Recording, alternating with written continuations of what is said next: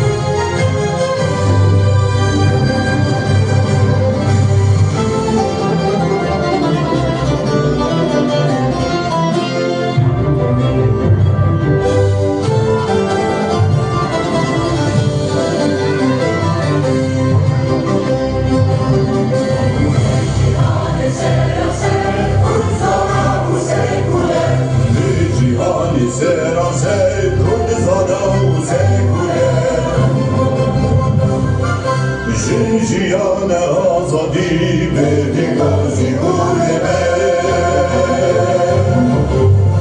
جیان آزادی به دیگازی بوده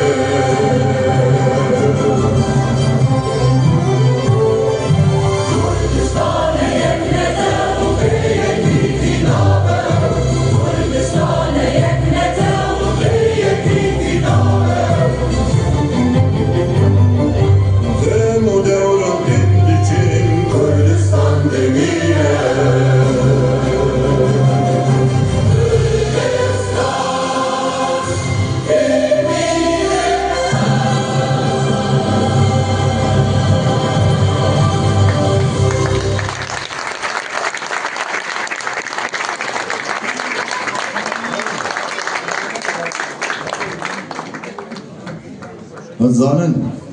هنرمند قرآن نواده هیا میر عدنان وی اف موسیقا چگیری وی اف هیجانا دای به استرانه و مجوارا پیشکش کرد میرو تو هر ربه هست تصاوب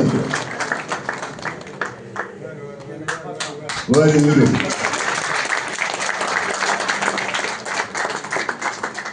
میرو هنرمندی که وصای کو موزیسیانی که به همپای اما خواتن بی گلی که ببینن جبو هنرمند کردان موزیسیان وک میرو موزیکشان وصا به زانیاری به علمی ام راستی جی بیجن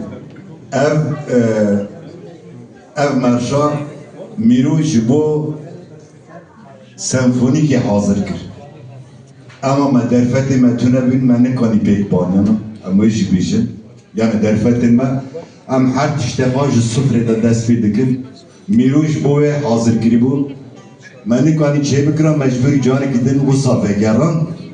سپاس دکی میرو تهره بید صافه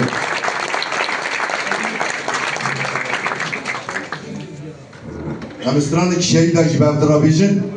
ام دایم کن